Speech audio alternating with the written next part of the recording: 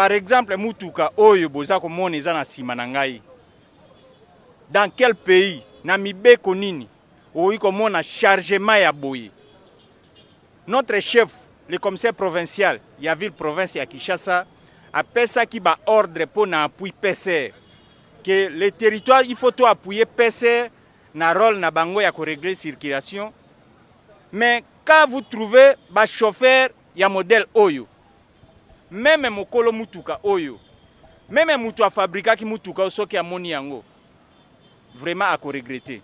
Mutuka oyo c'est prévu pour emema batu, mais pas biloko. Mais tala chargement oyo atie likolo na yebite soki eza remorque ou bien soki eza mutuka nini. Tina kati marchandise ezali.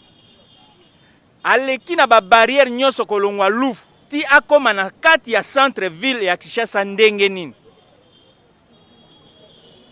On se pose des questions.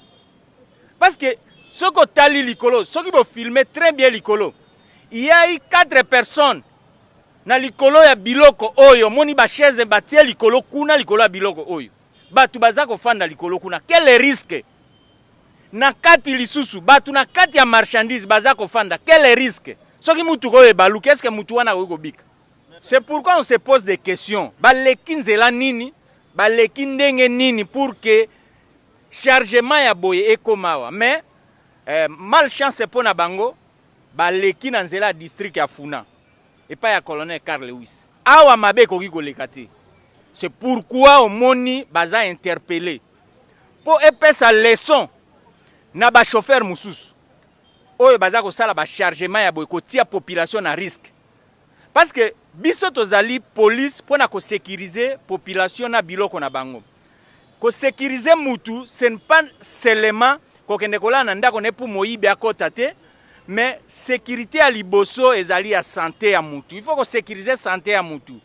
Mutu oyo aza ko matali kolo ya marchandise oyo, aza na insécurité. Parce que tout peut arriver à tout moment. Il peut tomber, accident koki koya, aza ata na moindre pourcentage ya kobika te. Aza condamné na liwa. C'est pourquoi toza ko benda matoi et pas ya ba chauffeur nyos oyo baza ko sala ba chargement ya modèle oyo.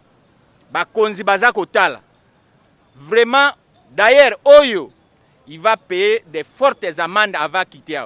Et puis mokolo mutuka oyo atala musala la police ezo sala. Parce que mutu alingi ete mutuka mutu atia kango na nzela pour que aider eza commerce. Mais tant que mutu aza ko utiliser mutuka boy chauffeur oyo aza mobomi aza même rana ba criminel parce que aza ko tia ba vie ya bato en danger. Aza ko tia vie pas seulement ya bato ya memi, même ya propriétaire ya mutuka oyo atia ki mbongo na ya je pour que a gagner quelque chose famille na ebika. Aza ko bomele mutuka nako. Aza mutu mabe, c'est un criminel. Parce que akopesa ye ba versement oyo te, ya akopesa versement ya journée na tambolaki orte ya kei ko charger mutuka na modèle oyo. Je ne pense pas que kol mutuka oyo ko yeba makambo ya boye pe a autoriser yango. Soki andimi yango, c'est-à-dire yepe azali mabe.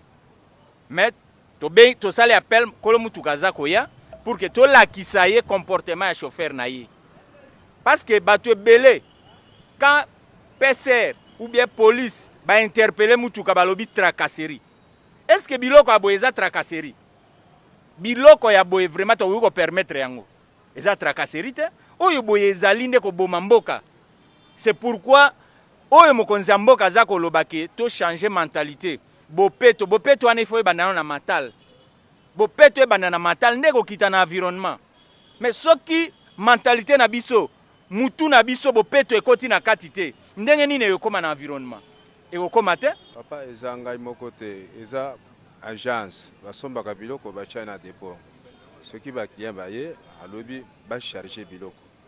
atolobi biloko ekoki te batia ya papex nyonso batia pa papex na démarrer mutuka na ezanga moko na misala bakatenga bese yo moko na mutuka tango kumbaka oyebi te keno de ba charge ngai na yebisaki te du jour je yebisaki papex wana ekoki alobi te mema papex etali mutuka eza ngai te ata ekufi etali ngai te eza patron andimaki eza bakati versement te eza batie biloko na dépôt babengi bokende biloko wana eza ngai bakateli ngai versement ye moko ayebi eza mabe mpo ngai nalobeli ekokufa bato bazomona ngai bakoma naza motema mabe bakoloba naza motema mabe me eza mabe te eza lokoso po eza mutuka ata ngai moko nazotambola boye nazomona mabe oyebisa ekoki te batia ngai naza besoin na mbongo na ngai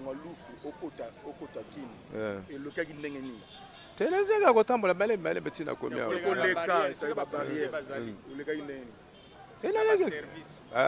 bamonaki yango te na nzela baservice tozotambola butubutu totambola butubutu tokoyoka tokima baremorke ayebi te ye aza na lufu ayebi te panda na vandi ayebi te telefone aza mto recevoir aza te kolo biloko wana banda tozali na abenga ata kobenga tosala ndenge ya kosala banda bakende batiki ngai moko